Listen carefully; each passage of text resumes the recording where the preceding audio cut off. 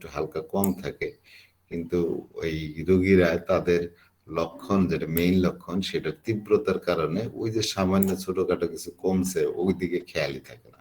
তো এক্ষেত্রে আমাদের অপেক্ষা করতে হয়, অনেক সময় সময় লাগে যে এগুলা উপশম হইতে। তো যাই হোক, আজকে আমরা পড়ব অবজারভেশন 21, হ্যাঁ, অবজারভেশন 21। সেখানে কি আছে যে over the course of the month the chief complaint has become more severe while other symptoms have improved. রোগী আপনার কাছে ওষুধ দেওয়ার 1 মাস পরে আসছে, এসে বলতেছে যে আমার যে সমস্যাটা ছিল সেটা অনেক বেশি বৃদ্ধি পাইছে। পুরা টাইমটাতেই, পুরা মার্চ জুড়েই এটা তীব্রভাবে বৃদ্ধি পাইছে। কিন্তু আপনি ওইদিকে অন্যদিকে খোঁজ নিয়ে দেখলেন যে তার শরীরে এনার্জিও বাড়ছে, তার মানসিক এবং আবেগজনিত যে লক্ষণগুলো সেগুলোরও উন্নতি হয়েছে। The difference between this observation 21 and observation 20, যেটা আগে পড়লাম, is in prognosis. Here there is a clear improvement in the patient's general health. আগেরটার মধ্যে জেনারেল হেলথ যেটা ছিল, মেন্টাল ইমোশনাল লক্ষণ, এটার হালকা উন্নতি ছিল, খুব বেশি উন্নতি ছিল না। কিন্তু এটাতে অবজারভেশন 21-এ দেখা যায় যে মেন্টাল ইমোশনাল লক্ষণ এবং তার এনার্জি লেভেল, এই দুইটা দিকেই খুবই উন্নতি হয়েছে।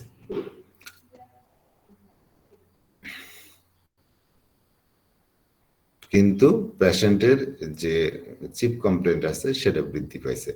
20 এর আগে অবজারভেশন 20-তে দেখেছিলাম যে এটার উন্নতি ছিল না, মেন্টাল ইমোশনাল তেমন উন্নতি ছিল না।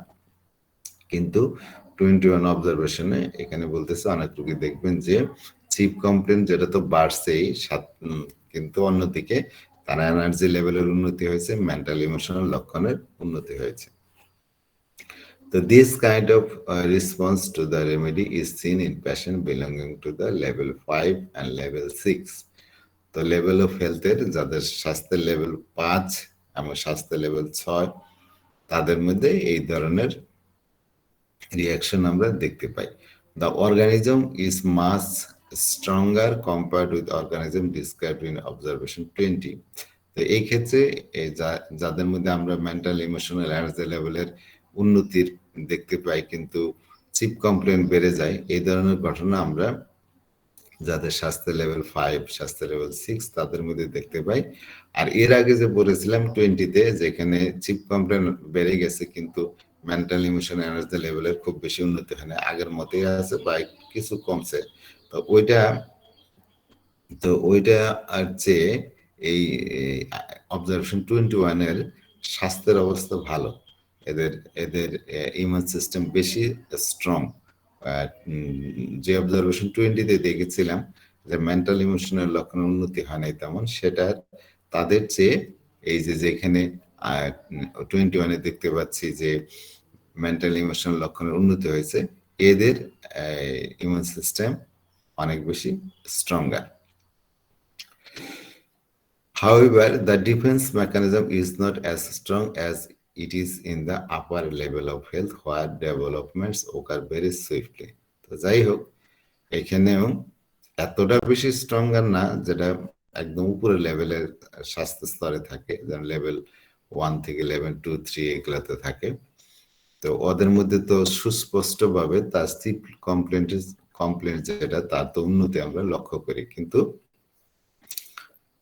এইখানে ওইটা আমরা লক্ষ্য করি না, বরঞ্চ অ্যাগ্রাভেশন দেখতে পাই। ওদের মতো এত বেশি স্ট্রং না, যার কারণে দ্রুত টাইমে যে তার চিপ কমপ্লেন্টের উন্নতি হবে সেটা এখানে হয় না। তো অবজারভেশন এই 21-এ যেখানে আমরা দেখতে পাই রোগীর এনার্জি বাড়ছে, রোগীর মানসিক তারপর আবেগজনিত লক্ষণের উপশম হয়েছে, কিন্তু তার চিপ কমপ্লেন্ট এখনো বৃদ্ধি পাইছে, আরো বাড়ছে।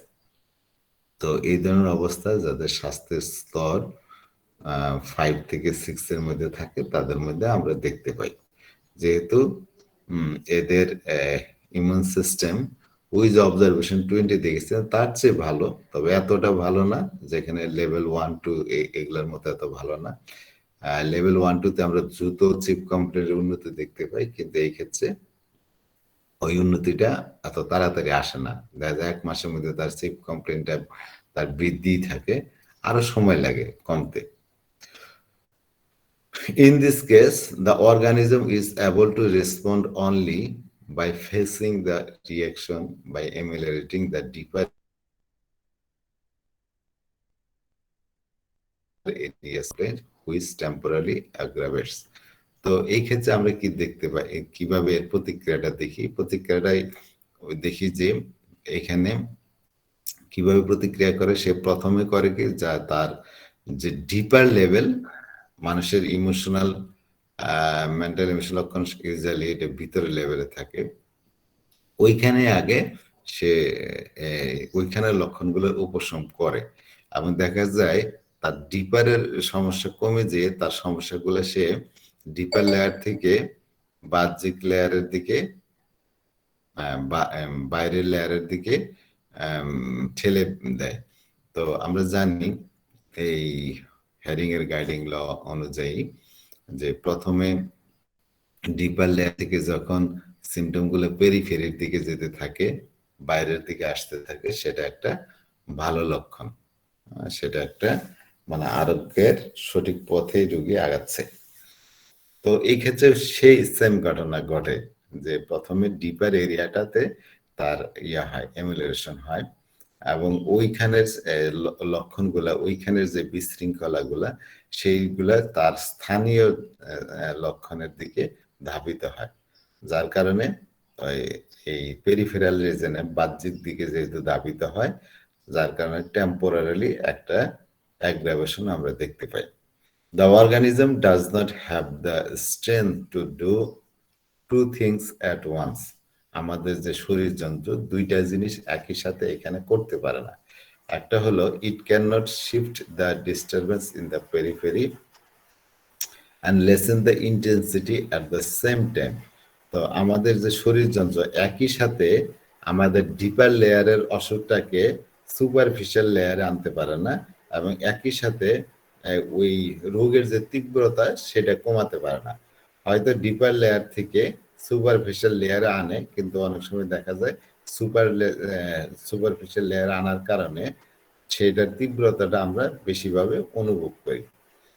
তো the weaker the defence mechanism and the deeper the pathology, একদিকে তো ডিফেন্স মেকানিজমটা দুর্বল, অপরদিকে প্যাথোলজিটা অনেক গভীরে আছে। The longer it will take before intensity of the disease can be diminished in regard to peripheral syndrome. সেই কারণে তার লক্ষণগুলো যখন বাহ্যিক দিকে চলে আসে তার চেয়ে এই বেশি সময় লাগে আমাদের ওই তার তীব্রতাটা কমান। দেখা যায় প্রথমে তার লক্ষণগুলা ভিতরের লেয়ার থেকে বাইরের সুপারফিশিয়াল লেয়ারের লক্ষণগুলা চলে আসে, কিন্তু তীব্রতাটা কমতে সময় লাগে। In spite of all this, the development suggests that the remedy is correct. এত কিছুর পরেও এই যে তার চিপ কমপ্লেনটা বেড়ে গেছে, কিন্তু মেন্টাল ইমোশনাল লক্ষণের উন্নতি হয়েছে, এনার্জি লেভেল বেড়েছে, এই চিপ কমপ্লেন পুরা মাস জুড়ে যে বৃদ্ধি ছিল, এত কিছুর পরেও আমরা বুঝতে পারি যে এই ওষুধ তার জন্য যেটা আমরা দিয়েছি সেটা কারেক্ট। কারণ এখানে রোগীটা দেখেন ওই আরোগ্যের নীতি সম্পূর্ণ ফলো করতেছে, তার ভিতরের লেয়ারের সমস্যাগুলো উন্নতি হয়েছে। কিন্তু আমরা জানি ভিতরের লেয়ারের সমস্যা উন্নতি হলে লক্ষণগুলা কি করে ভিতর লেয়ার থেকে পেরিফেরাল লেয়ারে ধাবিত হয়, সুপারফিশিয়াল লেয়ারে এখন প্যাথোলজিটা চলে আসে, যার কারণে এই স্থানিক লক্ষণগুলাই, ফিজিক্যাল লক্ষণগুলাই তার বেশি বেড়ে যায়। তো এই ক্ষেত্রে তাই হয়েছে, ভিতরের লেয়ারের উন্নতি হয়েছে, বাইরের লেয়ারের বৃদ্ধি পেয়েছে। তো এটাই নির্দেশ করে যে আমার ওষুধটা কারেক্ট, এটা সঠিকভাবে কাজ করতেছে, আরোগ্যের নীতি অনুসরণ করে সে কাজ করতেছে। The best strategy is to wait and see what happens. This local reaction is necessary to improve the deeper recesses of the organism. তো এই ক্ষেত্রে আমাদেরকে যেটা করতে হবে, আমাদেরকে অপেক্ষা করতে হবে যে তার মেন্টাল ইমোশনাল এনার্জি লেভেলে বৃদ্ধি পাইছে, চিপ কম্পিউটার যদিও বাড়ছে, কিন্তু আমরা বুঝবো যেহেতু তার আরোগ্য নীতি অনুসরণ করতেছে, প্রথমে ডিপার লেয়ারের তার উন্নতি সাধন হয়েছে, এক্ষেত্রে ওষুধটা সঠিক। আর এই উন্নতিটা আমরা দেখতে পাবো যে বাইরের লেয়ার, যে সুপারফিশিয়াল লক্ষণ, লোকাল লক্ষণগুলো বৃদ্ধির সাথে সাথে তার ভিতরে যে ডিপার লেয়ারে অবস্থিত যে লক্ষণগুলো রয়েছে সেগুলোর উন্নতি হবে। এভাবে আমরা এর ইমপ্রুভমেন্টটা দেখতে পাবো।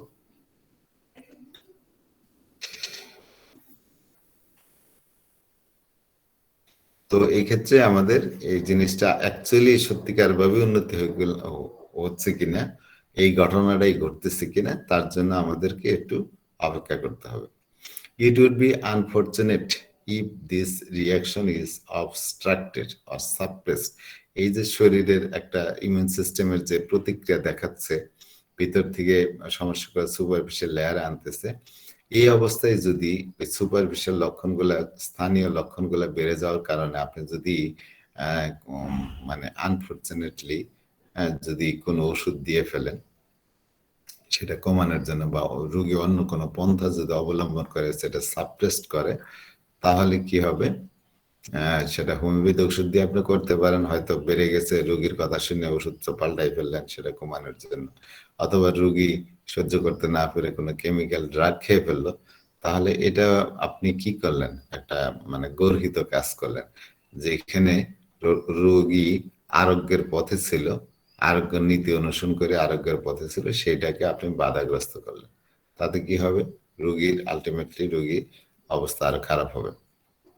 Depending on the strength of the organism, an interference of this nature may have the following consequence. যদি এইভাবে আপনি আরোগ্যের পথটাকে যদি আপনি বাধাগ্রস্ত করেন, এই যে প্রতিক্রিয়াটা সুন্দর প্রতিক্রিয়া হচ্ছিল, যদিও আপনার লক্ষণগুলো বেড়ে গেছিল, কিন্তু অ্যাকচুয়ালি তো সেটা ভিতরে আরোগ্যের নীতি অনুসরণ করে সেটা আগাচ্ছিল, কিন্তু আপনার চিপ কমপ্লেন বেড়ে যাওয়ার কারণে আপনি ভুল বুঝতে পেরেছেন, যার কারণে অন্য হয়তো হোমিওপ্যাথিক ওষুধ ব্যবহার করে ফেলে ওই আরোগ্যের ক্রিয়াটা নষ্ট করে ফেলতে পারেন প্রথম ওষুধে, অথবা রুগী কোনো কেমিক্যাল ড্রাগ নিয়ে সেটা নষ্ট করতে পারে। তো এই ক্ষেত্রে যদি এইভাবে নষ্ট করে, তাহলে পরবর্তীতে তিনটা ঘটনা ঘটতে পারে। একটা হলো যে তার the initial reaction is disrupted and the organism goes back to the original state. এই যে রোগীর যে রিয়াকশনটা, প্রতিক্রিয়াটা, যে ভালো প্রতিক্রিয়াটা শুরু হয়েছিল সেটা আপনি আরো নষ্ট করে ফেললেন, বিশৃঙ্খলা করলেন, এবং রোগীর দেহটা আবার পূর্বের অবস্থায় চলে গেল, আগে যে অবস্থায় আসছিল সেই অবস্থায় চলে গেল। এটা হইতে পারে। 2 নম্বর হতে পারে the initial reaction is disrupted and the organism enters a partial relapse.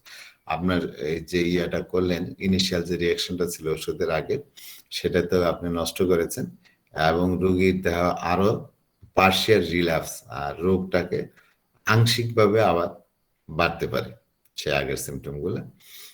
তো the organism is suppressed as a whole and symptom temporary subset. হয়তো এমন হইতে পারে যে এই যে তার যে বাড়ছিল, মেন্টাল ইমোশনাল লক্ষণের উন্নতি হয়েছিল, কিন্তু স্থানীয় লক্ষণের বৃদ্ধি পেয়েছিল, আপনি সেই স্থানীয় লক্ষণের বৃদ্ধির জন্য কোনো কারণে যদি সেটা বন্ধ করে দেন, অথবা রোগী কোনো কোনো কিছু খেয়ে, কোনো ড্রাগ খেয়ে যদি চাপা দেয়, তাহলে এই ঘটনা হইতে পারে রোগী তখনকার মতো দেখা গেল ওই সিমটমটা চলে গেছে, রোগী ভালোই, আগের সিমটম ফিরেও আসতেছে না, হ্যাঁ, টেম্পোরারি ভাবে সে অনেক ভালো ফিল করবে যে না আমার ওই সিমটম চলে গেছে, পরে যে বৃদ্ধি হয়েছিল সেটাও চলে গেছে, মানে আগের অবস্থায় আর যাচ্ছে না রোগী।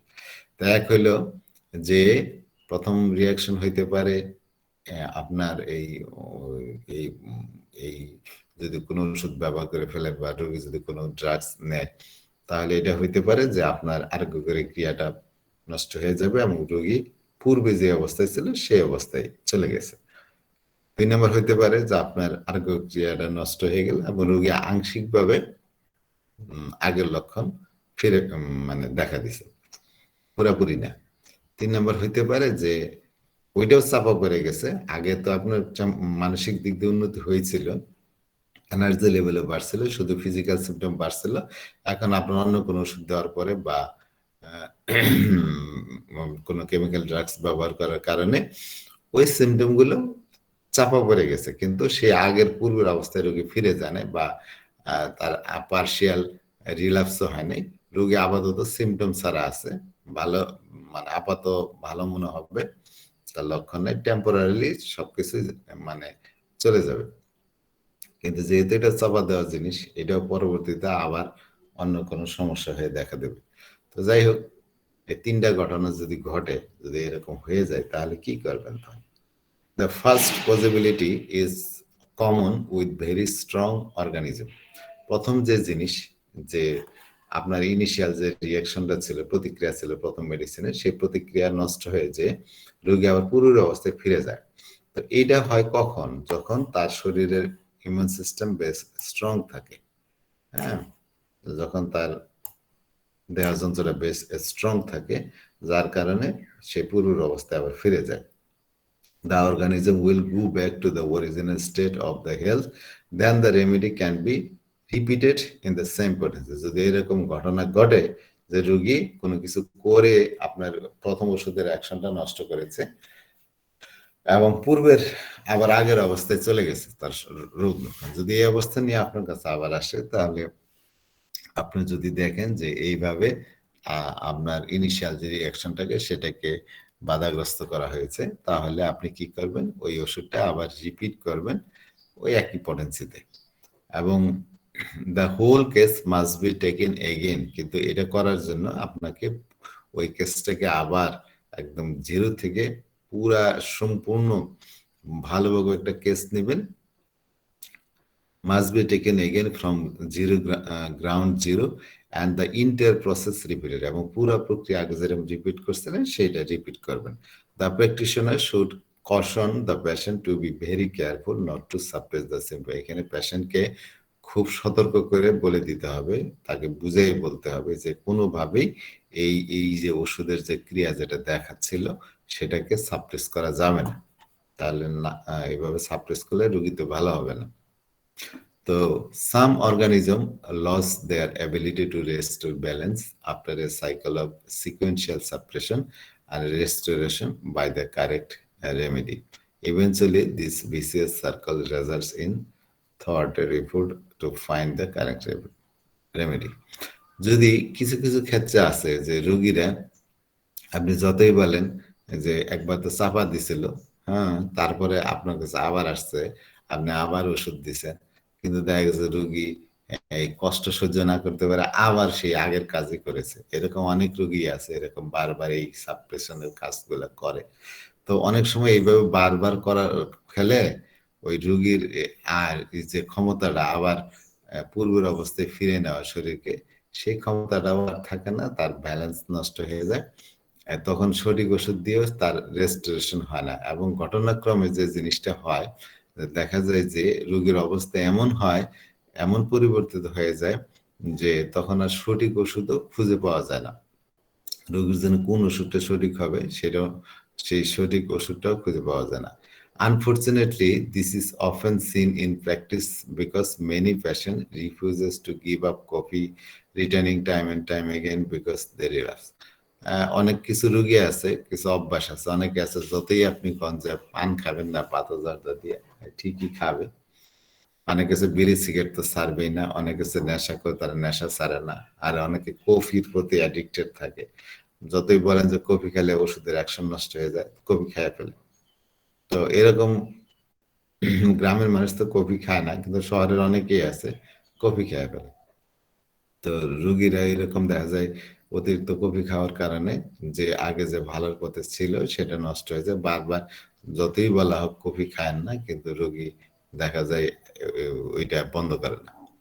তো it is disappointing but common, এটা খুব হতাশাজনক, কিন্তু এরকম ঘটনা কমন অনেক রোগীর মধ্যে আপনি পাবেন। The second possibility is related to the organism from this group that have already been awakened to a greater extent. আর সেকেন্ড পসিবিলিটি যেটা দেখছিলাম যে এরকম চাপা দেওয়ার কারণে তার পার্শিয়াল রিল্যাপস হয়, পুরাপুরি সেই আগের অবস্থায় যায় না, পার্শিয়ালে যায়। এইরকম ঘটনা পার্শিয়ালি যেখানে যায়, তার মানে তার ওই কি বলে ভাইটাল ফোর্সটা আরো বেশি দুর্বল হয়ে পড়ে, যার কারণে এরকম ঘটে। মানে চাপা দেওয়াটা পুরোটাই সে মানে আবার প্রকাশ করতে পারে না। দ্য সাপ্রেশন ইজ ডিপ, এক্ষেত্রে সাপ্রেশন অনেক গভীরতম হয়। And the organism suffers a partial relapse without the original keynotes. রোগীর মধ্যে সেই পূর্বের শুরুতে যে কিনোট লক্ষণগুলো ছিল সেগুলো আর দেখা যায় না, তবে আংশিকভাবে দেখা দেয়। This situation is also unfortunate. এই অবস্থাটাও একটা খারাপ, হতাশাজনক, দুর্ভাগ্যজনক। The practitioner must wait for the return of the keynotes. এখানে প্র্যাকটিশনারকে কি করতে হবে, লম্বা সময় ধরে অপেক্ষা করতে হয় যাতে সেই পূর্বের কিনোটগুলো আবার ফিরে আসে। For which the original prescription was best, যেটার উপর ভিত্তি করে প্রথম যে অরিজিনাল প্রেসক্রিপশনটা সেটা করা হয়েছিল। আর এক্ষেত্রে চিকিৎসার নিয়ম হলো ওই যে এর আগে আমরা ক্রনিক ডিজিজ চিকিৎসার সময় যে একুইট ডিজিজ দেখা দিলে 1 মাস পরে কি করতে হবে, যেটা আমরা পেজ 84-তে পড়েছিলাম, সেগুলা দেখতে বলেছে। তো যাই হোক, দ্য থার্ড পসিবিলিটি রিপ্রেজেন্ট, ওই সেকেন্ড অবস্থা যেটা বললাম যে আংশিকভাবে হয়, সেক্ষেত্রে আমাদের অপেক্ষা করতে হবে যাতে আগের লক্ষণের কিনুট নিয়ে রোগীটা যাতে আবার ফিরে আসে, সেই পর্যন্ত অপেক্ষা করতে হবে। রোগী থাকবে কিনা সন্দেহ। দ্য থার্ড পসিবিলিটিস, যেখানে কি হয় যে রোগীর পূর্বের অবস্থার ফিরে আসে না, মানে রোগী টেম্পোরারিলি সব দিক দিকেই ভালো ফিল করে। The third possibilities represent a discouraging development occurring in organism of level 6 of group B.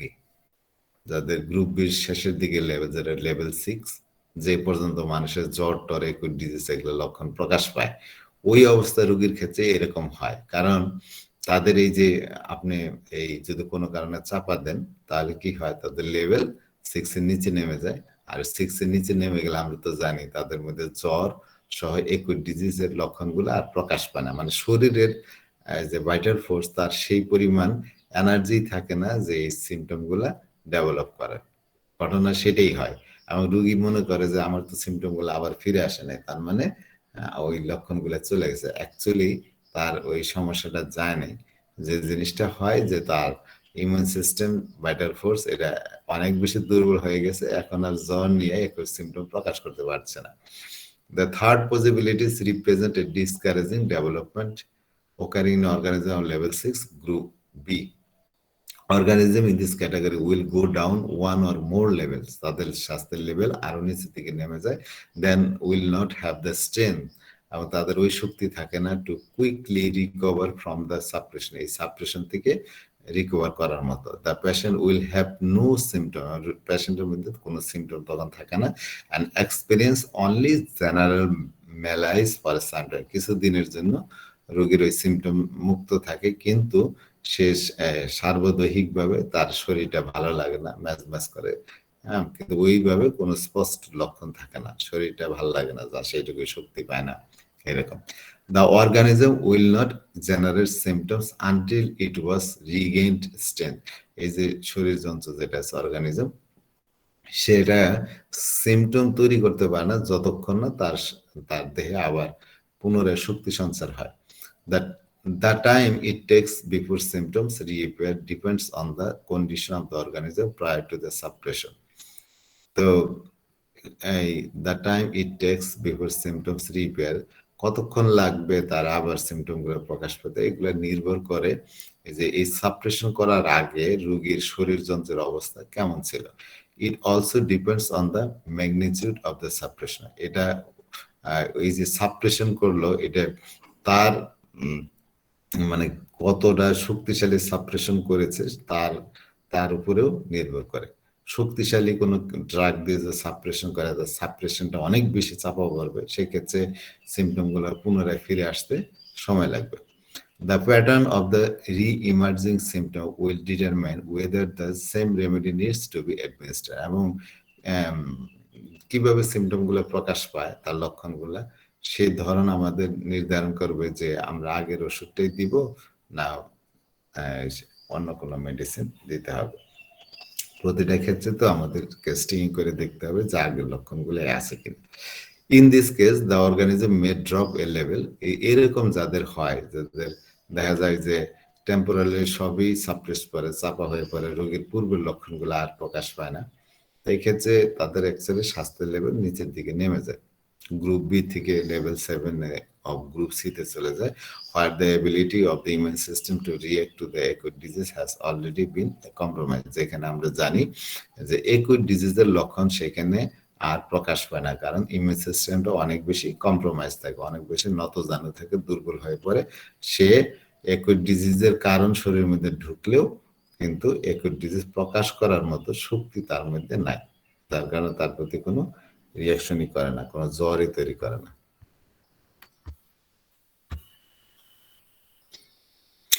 তাহলে অবজারভেশন 21-এ এসে আমরা যে জিনিসটা দেখলাম, সহজ করে বললে, যে কোনো রোগী যদি 1 মাস পরে আপনার কাছে আসে এই লক্ষণ নিয়ে যে তার এনার্জি লেভেল তো ভালো, অনেক উন্নতি হয়েছে, মেন্টাল ইমোশনাল লক্ষণের উন্নতি হয়েছে, কিন্তু তার সিপ কমপ্লেন যেটা সেটা বেড়ে গেছে, পুরাটা মাস জুড়ে বেড়েই আছে।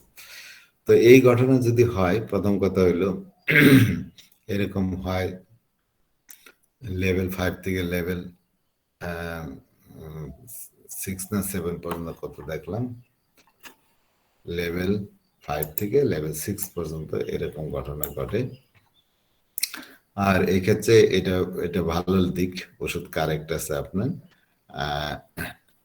মনে রাখতে হবে যে ইমিউন সিস্টেম বেশ দুর্বল, যার কারণে তার যে প্রথমে কি হয়েছে, তার এই ভিতরের লেয়ারের উন্নতি হয়েছে, ডিপার লেয়ারে, এবং সিমটমগুলো সেই ভিতর থেকে বাইরের দিকে, মানে বাইরের দিকে এখন বের হচ্ছে। প্যাথোলজিটা যেখানে ডিপার লেয়ারে ছিল এখন সেখান থেকে সরে সুপারফিশিয়াল লেয়ারে আসতেছে, যার কারণে শারীরিক লক্ষণের বৃদ্ধি হয়েছে।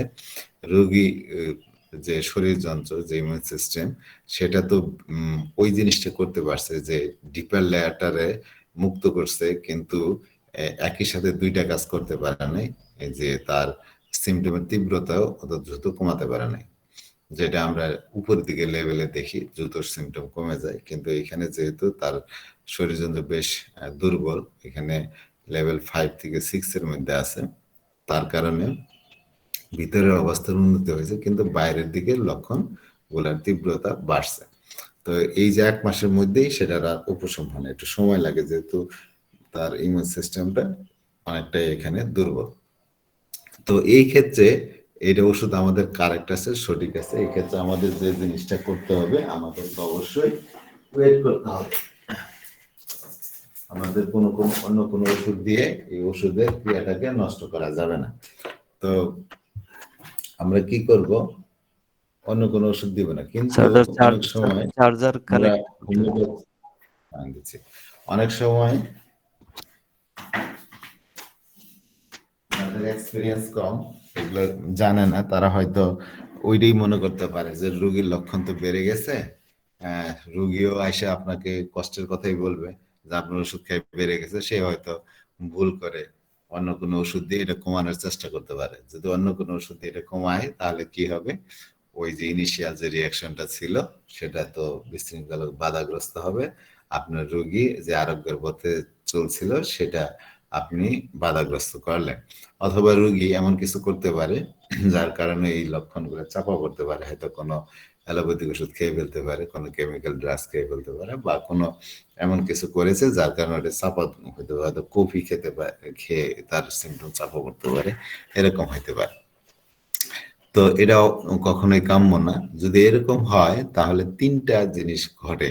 যদি রোগীর ইমিউন সিস্টেম একটু স্ট্রং থাকে, তাহলে দেখা যাবে যে তার এই সিপ কমপ্লেনটা চাপা পড়ে আবার সেই মেন্টাল ইমোশনাল লক্ষণ, এনার্জি লেভেল, এগুলার লক্ষণগুলো আবার বেড়ে যাবে, সিপ রোগী আস্তে আস্তে ওই পূর্বের অবস্থায় আবার ফিরে যাবে। আর যদি ইমিউন সিস্টেম আরেকটু দুর্বল হয়, তাহলে হয়তো পূর্বের অবস্থায় পুরোপুরি যাবে না, সেখানে আংশিকভাবে রিল্যাক্স হবে। আর অনেক ক্ষেত্রে হয় কি, যে চাপা দেওয়ার জিনিসটা অত্যাধিক তীব্র জিনিস দিয়ে সে চাপা দেয়, যার কারণে ভাইটাল ফোর্স আবার অন্যদিকে দুর্বল থাকে, যার কারণে কি হয়, তার ওই পুরা লক্ষণগুলো চাপা পড়েই থাকে রোগীর মধ্যে, বাহ্যত তখন কোনো ওই লক্ষণগুলা থাকে না, কিন্তু অরিজিনাল অবস্থাতেও রোগী ফিরে যায় না। কিছুদিনের জন্য টেম্পোরারিলি সে মানে তার সিমটম শূন্য থাকে সে।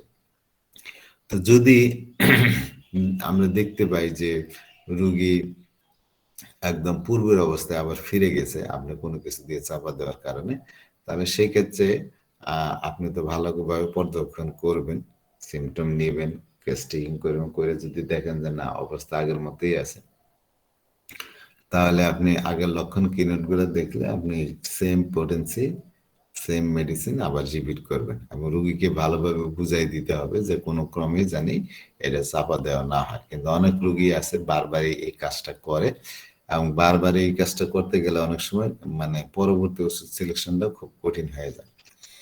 তো ওই ধরনের রোগী ভালো করা বেশ ঝামেলা হয়। আর যদি আংশিক চাপা পড়ে, যে আংশিক লক্ষণ বেরোইছে, পুরোপুরি পূর্বের অবস্থায় এখনো ফিরে যায় নাই, তাহলে সেক্ষেত্রে আমরা কি করব, অপেক্ষা করব যতক্ষণ পর্যন্ত না আগের অবস্থার কি নোট নিয়ে রোগী ফিরে আসে।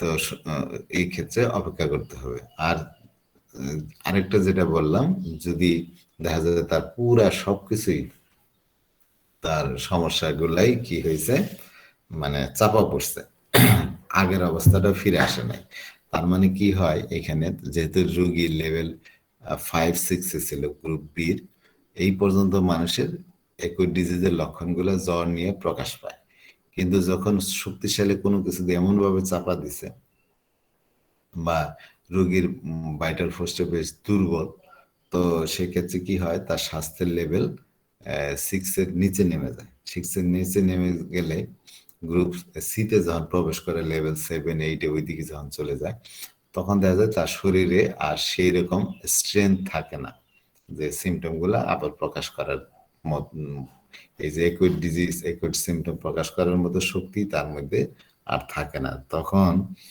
রোগী আপাতত সিমটম ছাড়া থাকে, কোনো লক্ষণ তার মধ্যে থাকে না, কিন্তু জেনারেল কিছু সমস্যা থাকে, যে সার্বিকভাবে সে শরীরটা ম্যাজ করে, ভালো লাগে না, দুর্বল লাগে, এরকম কিছু লক্ষণ থাকে, কিন্তু ওই ফিজিক্যাল লক্ষণগুলো ওইভাবে থাকে না। তো এটাও মানে একটা খারাপ দিক, সবচেয়ে খারাপ দিক অ্যাকচুয়ালি, আপনি তার স্বাস্থ্যের লেভেলটারই নিচে নামায় ফেলছেন, হ্যাঁ, তার শরীরটাকে আরো বেশি নাজুক করে ফেলছেন। তো এক্ষেত্রেও আমাদের যেটা করণীয়, যে আপনাকে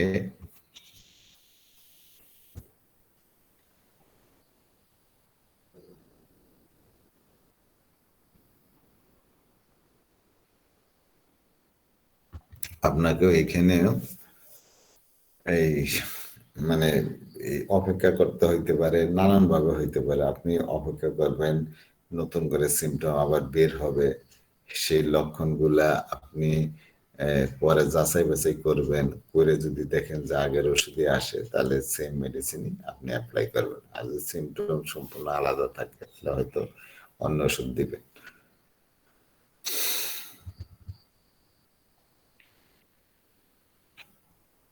এবার আসেন আমরা 20 নাম্বারটা পড়ি, কি বলে 22 নাম্বার, এটা last observation. The mental emotional plan deteriorates while the energy level and physical complaints are improved after an aggravation.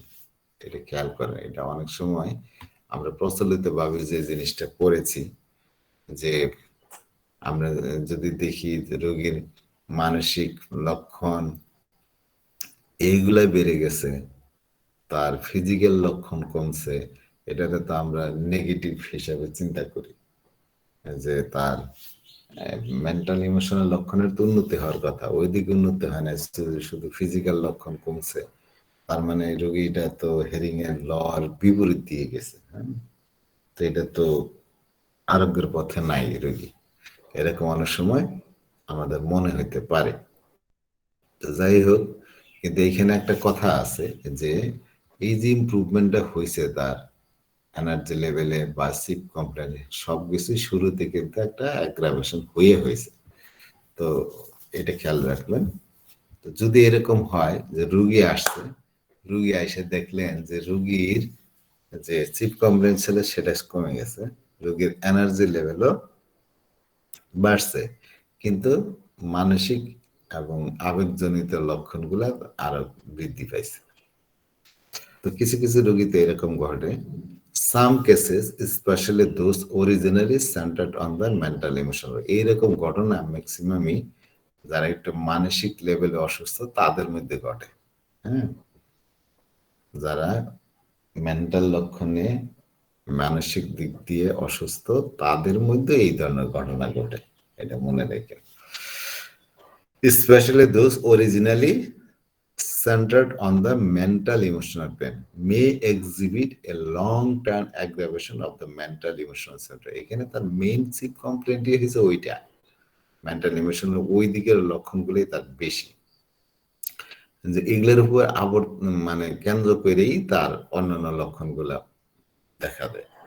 তো সাম কেসেস এরকম হতে পারে may exhibit a long term aggravation of mental emotional symptom while minor symptom, অপরদিকে ছোটখাটো কিছু লক্ষণ, physical লক্ষণ, এগুলোর উন্নতি হয় এবং এনার্জি লেভেলেরও ইমপ্রুভমেন্ট হয়।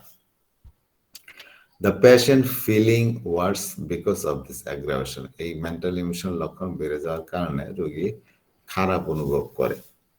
If the practitioner ask the right question and evaluates the whole situation correctly, he or she will not be misguided or tempted to give another remedy. যদি প্র্যাকটিশনার সঠিক কোশ্চেন সঠিকভাবে তাকে জিজ্ঞাসাবাদ করতে পারে এবং তার পুরা অবস্থাটা যদি সঠিকভাবে মূল্যায়ন করতে পারে, তাহলে ওই ডাক্তার বা ওই মহিলা ডাক্তার সে মিসগাইডেড হবে না বা সে মানে অন্য কোনো ওষুধ দিয়ে ফেলবে না। The reaction shows that the remedy is correct, এখানে যে প্রতিক্রিয়াটা হয়েছে প্রথম ওষুধ দেওয়ার পরে তাতে বোঝা যায় মানে এটা শো করতেছে যে তার ওষুধ যেটা দেওয়া হয়েছে সেটা কিন্তু correct. And the most advisable course of action is to wait, এখানেও আমাদেরকে যে জিনিসটা করতে হবে আমাদেরকে ওয়েট করতে হবে। Cases with deep mental emotional pathology, যে সমস্ত রোগী আমাদের কাছে আসে তাদের মেইন প্যাথোলজি হলো ওই মানসিক লক্ষণ, তারা মানসিক আবেগজনিত প্যাথোলজিতে ভুগতেছে, tend to suffer from aggravation, তাদের মধ্যে অ্যাগ্রাভেশন হয় that may last for more than 2 months prior to improvement, সেখানে আমরা অনেক সময় দেখি যে এই ধরনের লক্ষণের বৃদ্ধি প্রায় 2 মাস ধরে হইতে পারে। হ্যাঁ, তার ইমপ্রুভমেন্ট শুরু হওয়ার আগে on the path to curative action, রোগীর মধ্যে আরোগ্যকারী অ্যাকশনের ক্ষেত্রে, আরোগ্যকারী অ্যাকশন তো শুরুর থেকেই হয়, এই যে আরোগ্যকারী অ্যাকশন হচ্ছে রোগী যে পথে রোগী আরোগ্যের পথে আছে, যে পথে সে আরোগ্য লাভ করতেছে সেই পথেই সে আছে, কিন্তু ওই যে ইমপ্রুভমেন্ট না সেটা লক্ষ্য করা যায় 2 মাস পরে।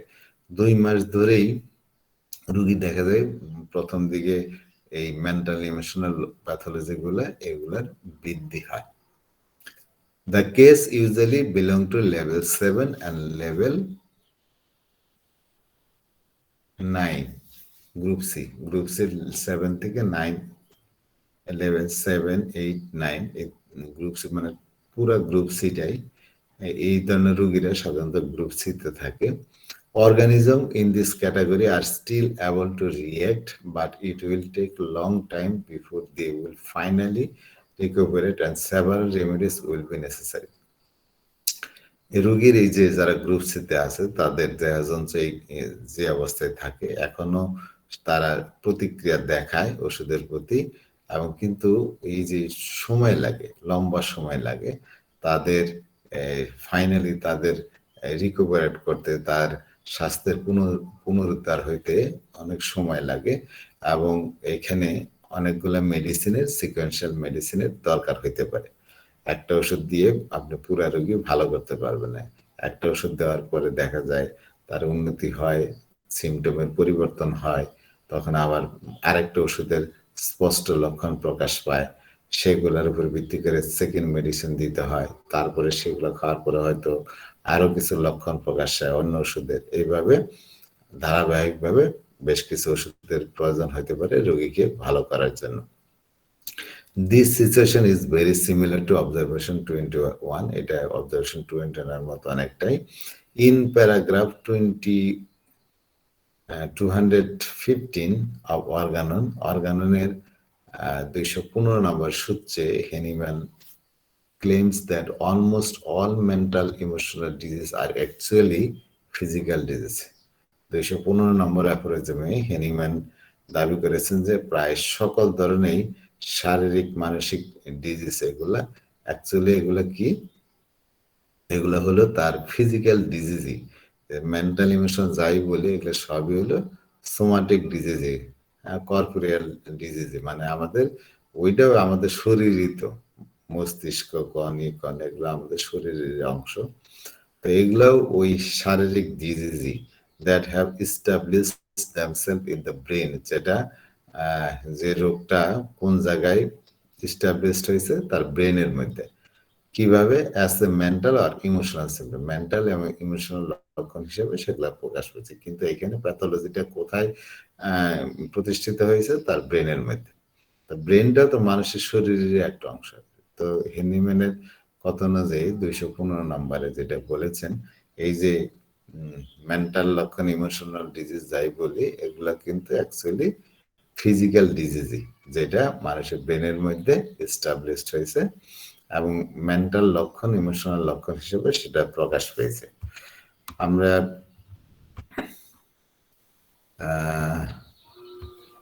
এরকমই কি অ্যাফোরিজম 215,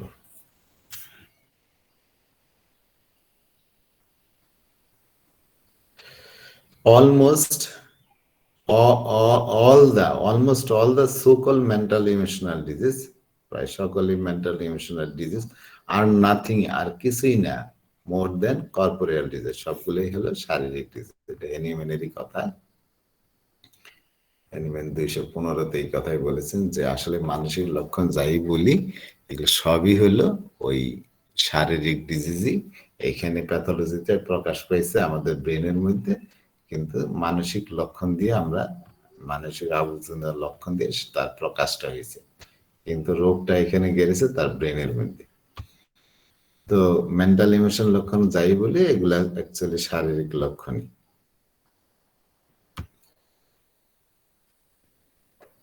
তো হেনিম্যান 215 নম্বরে প্রেজেন্ট বলেছেন যে almost all mental and emotional diseases are actually physical disease that have established themselves in the brain as a mental or emotional symptom. Although this process is manifesting in the brain, যদিও এটার এই প্রসেসটা ব্রেনের মধ্যে ঘটে, the physical symptom in the rest of the body diminished. এই ব্রেনের এই লক্ষণগুলো যদিও বৃদ্ধি পায়, কিন্তু শরীরের অন্যান্য জায়গার রেস্ট অফ দ্য বডির ফিজিক্যাল লক্ষণগুলো সেগুলার উন্নতি ঘটে। and the mental emotional symptom became one-sided disease as Henneman called them. mental emotional লক্ষণগুলো one-sided disease এ পরিণত হয়, যেটা হেনিম্যান বলেছেন। তো আমাদের চ্যাপ্টার 13 একটা বড় চ্যাপ্টার, এটা শেষ হয়ে গেল। তো যাই হোক, এখানে কি হবে, এখানে ভুল বোঝারিয়া নাই। এখানে অ্যাকচুয়ালি বলেছেন যে এই ধরনের যেটা বৃদ্ধি আমরা দেখব, শারীরিক মানসিক লক্ষণগুলোই বাড়ছে, কিন্তু অন্যান্য ফিজিক্যাল লক্ষণগুলো কমে গেছে এবং তার এনার্জি বাড়ছে। তো এইখানে অনেক সময় মনে হইতে পারে যে মানসিক লক্ষণ বাড়লে তো এটা তো আরোগ্যের পথে না। অ্যাকচুয়ালি এই ধরনের রোগীগুলোই হলো আমাদের মানসিক রোগী। এগুলা এই রোগীগুলা মেইন ইয়েটা হলো মানসিক লক্ষণ নিয়েই মানে রোগীটার আপনার কাছে আসছে। তো এই ক্ষেত্রে আপনি ওষুধ দিলে, সঠিক ওষুধ পড়লে, সেখানে আপনি দেখবেন যে মানসিক লক্ষণগুলোর বৃদ্ধি পাইছে। অন্যান্য দিকে অন্যান্য শারীরিক লক্ষণ হয়তো কমছে, তার এনার্জি লেভেলও বাড়ছে, কিন্তু তার মানসিক লক্ষণটা তার বেড়ে গেছে, কারণ রোগীটা আসলে ওইখানকারই রোগী। যদি আমরা মানসিক রোগী বলি, কিন্তু অ্যাকচুয়ালি এগুলা কিন্তু এটাও একটা শরীরের অংশ, ফিজিক্যালি লক্ষণ। এটা ব্রেনের মধ্যে রোগটা প্রতিষ্ঠিত হয়েছে এবং মেন্টাল লক্ষণ হিসেবে তার লক্ষণ প্রকাশ করছে। তো এই ক্ষেত্রেও আমাদেরকে যে জিনিসটা করতে হবে, দেখেন যদি ওইভাবে এই যে দেখেন শুরুতে কিন্তু সবকিছুরই অ্যাগ্রাভেশন ছিল, এনার্জি লেভেল, অন্যান্য যে শারীরিক লক্ষণ সেগুলোর অ্যাগ্রাভেশন ছিল, যে ইনিশিয়ালি অ্যাগ্রাভেশন ছিল। তো এগুলো দিয়ে বুঝতে পারি যে আমাদের ওষুধ এখানে ঠিক আছে। এখানে যেহেতু রোগী মানসিক রোগী, তার মানসিক লক্ষণগুলো তো বাড়তেই পারে, রোগী আরোগ্যের পথেই আছে। আমরা অপেক্ষা করব এই অবস্থা নিয়ে যদি রোগী আসে আমাদের ওষুধটা সঠিক আছে। তো আমাদের চ্যাপ্টার 13 শেষ, এরপরে মনে আর 2টা চ্যাপ্টার আছে, তাই বইটা শেষ হয়ে যাবে। আপনারা বুঝতে পারছেন?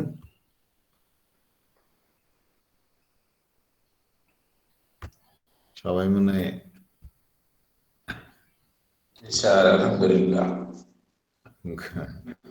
ওগুলো তো চর্চার বিষয় স্যার। ঠিক আছে স্যার।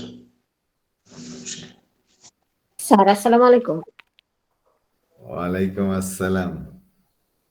স্যার একটা জিনিস খুব ভালো লাগছে, এটাই যে আমরা যে ওষুধ চেঞ্জ করি, আগে তো না বুঝেই করতাম, এখন এটা শিখলাম যে আসলে হেলথ লেভেলের জন্য নিডস হয়ে যায় অনেক সময় যে ওষুধটা পরিবর্তনের, মানে নিজেকে কোয়াক মনে হচ্ছে না। এটা খুব ভালো লাগছে এই বই পড়ার পরে। এখন দেখবেন যে বিভিন্ন জনে বিভিন্ন নীতি কথা ফেসবুকে লিখবে, এই কারণে এই রোগ হয়, এরকম হয়, এরকম হয়। তো আসলে হচ্ছে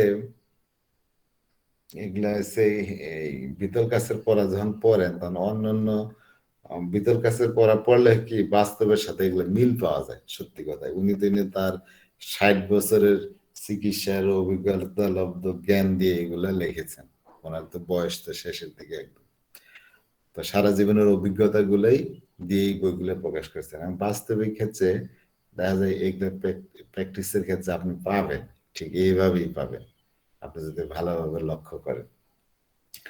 তো এগুলো আমাদের খুব ভালো করে খেয়াল করবেন। আপনি যদি এই নলেজ গুলো ভালোভাবে মাথায় রাখেন তাহলে আপনি মিসগাইডেড হবেন না। কিছু কিছু ক্ষেত্রে হয়তো আগের অনেক ইয়ের সাথে একটু অন্যান্য অনেক ডাক্তারে যারা ফিলোসফার ছিলেন ভালো, এই হোমিওপ্যাথিক নীতি নিয়ে অনেক কথা বই লিখে গেছেন, তাদের সাথে অনেক কিছুই দেখবেন কিছু অমিল আছে, খুব বেশি অমিল পাবেন না, কিছু কিছু ক্ষেত্রে হয়তো অমিল পাবেন।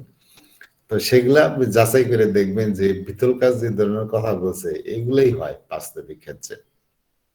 আর কিছু কিছু বই লেখা হয়েছে এমন সময়ে যে টাইমে এখনকার মতো চাপা দেওয়া চিকিৎসা ব্যবস্থা এইরকম ছিল না, এখন চাপা দেওয়ার যন্ত্রপাতি আরো অনেক বেশি। তো যার কারণে এই নতুন বিতল কাছের অভিজ্ঞতাটা আপনাদের মাথায় থাকলে কোন ক্ষেত্রে কি করতে হবে সেক্ষেত্রে আপনার চিকিৎসা করতে অনেক সুবিধা হবে। আমরা কিন্তু অনেক ডিপার লেভেলের জিনিস পড়ে ফেলেছি এখানে, ঠিক আছে?